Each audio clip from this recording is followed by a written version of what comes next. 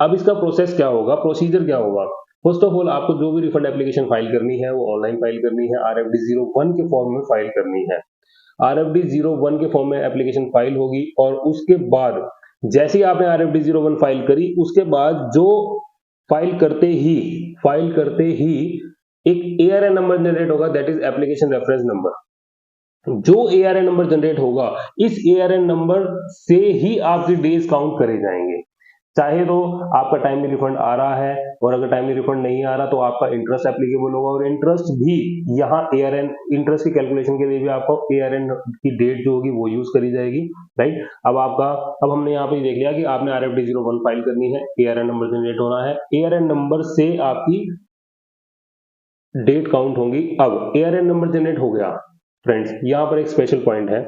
Special point ये है कि देखो हमने 3 केस में हमने डिसाइड किया था, ई कैश लेजर, ई क्रेडिट लेजर, ई लायबिलिटी लेजर। ई कैश लेजर का केस है या ई क्रेडिट लेजर का केस है, इन दोनों केस में अगर आप गवर्नमेंट से GST का रिफंड ले रहे हो, आपने RFD 01 फाइल कर दी, फाइल करने के तुरंत बाद ARN नंबर जनरेट होते टाइम आपने जिस भी अमाउंट के लिए आपने रिफंड एप्लीकेशन फाइल करी है, उतना ही अमाउंट आपके ई कैश लेजर या e credit ledger whatever the case it is, उतना ही अमाउंट आपका डेबिट हो जाएगा, उतना ही अमाउंट आपका डेबिट हो जाएगा। वो इसीलिए कि कहीं ऐसा ना हो कि गवर्नमेंट से आप GST का रिफंड भी ले लो और नेक्स्ट पीरियड में आप उतने ही अमाउंट को अपनी टैक्स लायबिलिटी से डिस्चार्ज भी कर दो।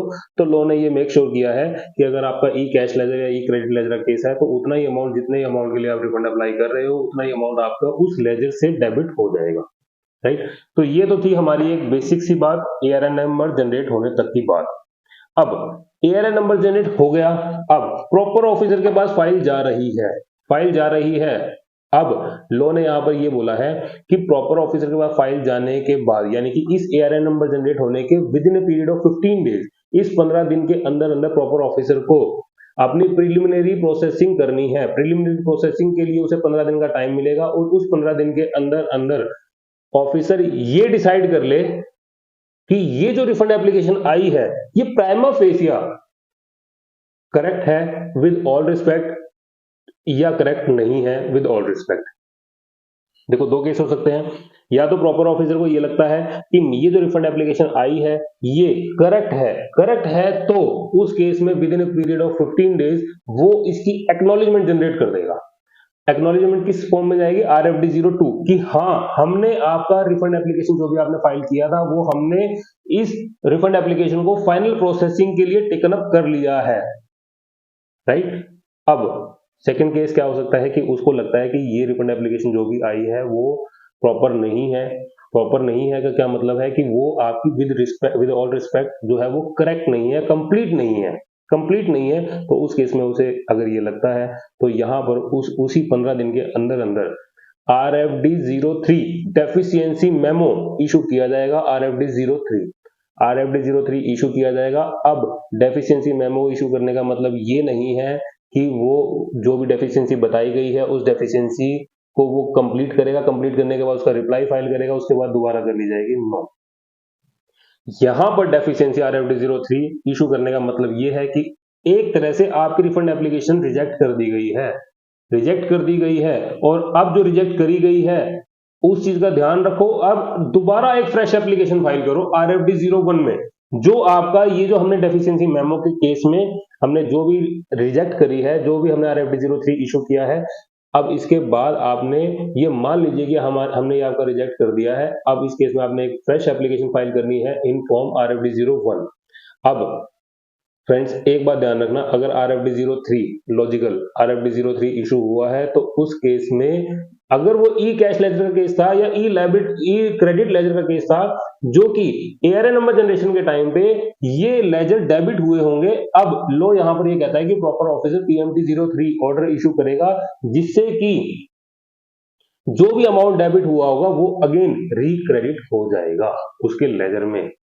चाहे वो ई कैश लेजर का केस था तो ई कैश लेजर में क्रेडिट हो जाएगा, ई क्रेडिट लेजर का केस था तो वो ई क्रेडिट लेजर में रिक्रेडिट हो जाएगा, राइट।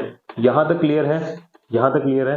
यानी RFD 01 में एप्लीकेशन फाइल होगी, अगर ऑफिसर को लगता है 15 दिन के अंदर अंदर, कि अगर ऑफिसर को लगता है कि अगर वो ओके है, सब चीज ओके है, तो वो RFD 02 एक्नॉलेजमेंट इशू करेगा। अगर उसको लगता है ये ओके नहीं है, तो उस केस में वो डेफिशिएंसी RFD 03 इशू करेगा। RFD 03 इशू करेगा तो वो PMT 03 ऑर्डर भी इशू करेगा, जिसमें उसका अगर वो ई कैश लेजर या ई क्रेडिट लेजर केस होगा तो वो उतना ही अमाउंट जितना डेबिट हुआ था वो अमाउंट रिक्रेडिट हो जाएगा।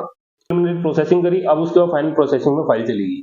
फाइनल प्रोसेसिंग में फाइल जाने के बाद अब ऑफिसर को देखो, ऑफिसर लॉ ने यहाँ पर ये मेक श्योर किया है कि जो आपकी date of generation of ARN नंबर है, जिस भी डेट को आपका ARN नंबर जनरेट हुआ या यूं कहें कि आपने रिफंड एप्लीकेशन फाइल करी, लॉ यहाँ पर ये कहता है कि आपको यहाँ से 60 डेज के अंदर अंदर एप्लीकेंट के बैंक अकाउंट में जो भी उसके रजिस्ट्रेशन के टाइम पे उसने बैंक अकाउंट डिक्लेयर किया होगा, या फिर इस रिफंड एप्लीकेशन फाइलिंग के टाइम पे जो उसने बैंक अकाउंट डिक्लेयर किया होगा, इस अकाउंट में क्रेडिट हो जाना चाहिए। और ये 60 डेज के अंदर अंदर बैंक अकाउंट में अगर पैसा रिफ्लेक्ट नहीं हुआ तो लोग यहाँ पर ये कहता है कि आपको हम ये मेक श्योर करते हैं, यानी एप्लीकेंट को, कि हम आपको 6% के हिसाब से, और कुछ केस में 9% का भी रेट दिया गया है, 6% के हिसाब से हम आपको इंटरेस्ट भी पे करेंगे। इंटरेस्ट ऑन डिलेड प्रोविजन वो आगे भी आएगा, बट यहां पर लॉ ने ये कहा है कि प्रॉपर ऑफिसर ये ना समझ ले कि 60 डेज के अंदर अंदर उसको रिफंड ऑर्डर पास करना है, तो वो 60 ऑर्डर ही उसके माइंड में ना रहे। तो CBIC ने एक सर्कुलर इशू किया था जहां पर लॉ ने ये कहा है कि प्रॉपर ऑफिसर के अप्रूवल के बाद, सैंक्शन ऑर्डर निकालने के बाद, पेमेंट ऑर्डर निकालने के बाद भी कुछ चेक इशू में, PFMS सिस्टम में, पब्लिक फाइनेंशियल मैनेजमेंट सिस्टम में, बैंक के इस अमाउंट को प्रोसेस होने में थोड़ा सा टाइम तो लगेगा ना। तो लॉ ने यहाँ पर एक एडवाइजरी इशू करी है, सर्कुलर इशू किया है, जहां पर प्रॉपर ऑफिसर को ये एडवाइस किया गया है कि चाहे लॉ में 60 डेज का टाइम पीरियड दिया गया है, बट आपने जो भी टाइम पीरियड मानना है वो 45 डेज का ही मानना है, राइट। यहाँ पर इसे नीचे मेंशन भी किया है, interest on refund will begin accruing the day after 60 days, right. But इसके नीचे देखेंगे, to ensure timely processing, tax authority are urged to issue the final sanction order and payment order within 45 days of the ARN number generation so that the refund is completed within 60 days. ये CBIC का circular है, यहाँ पर हमने इसे mention कर दिया है। अब बात करते हैं फाइनल प्रोसेसिंग में लेने के बाद ऑफिसर को अगर ये लगता है कि सब कुछ ठीक है, अगर सब कुछ ठीक है तो वो अपना सैंक्शन ऑर्डर इशू करेगा, दैट इज RFD 06।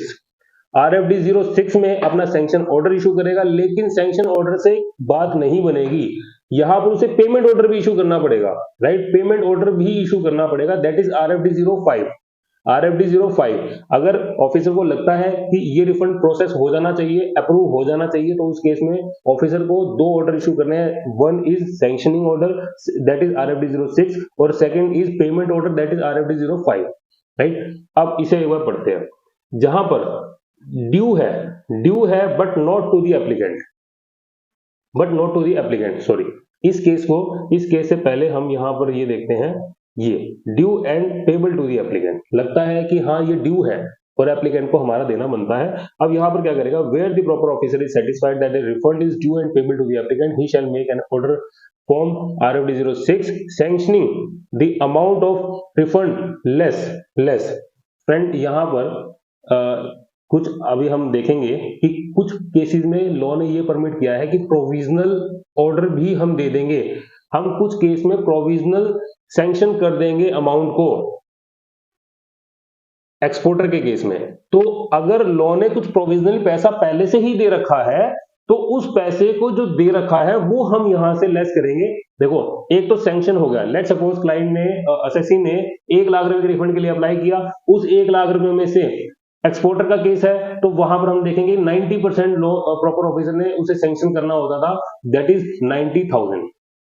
अब सैंक्शनिंग ऑर्डर वो 1 लाख का ही करेगा, राइट। और जो वो पेमेंट ऑर्डर इशू करेगा वहां पर उस 1 लाख में से 90,000 माइनस करेगा और उसके बाद वो पेमेंट ऑर्डर 10,000 रुपए का इशू करेगा, राइट।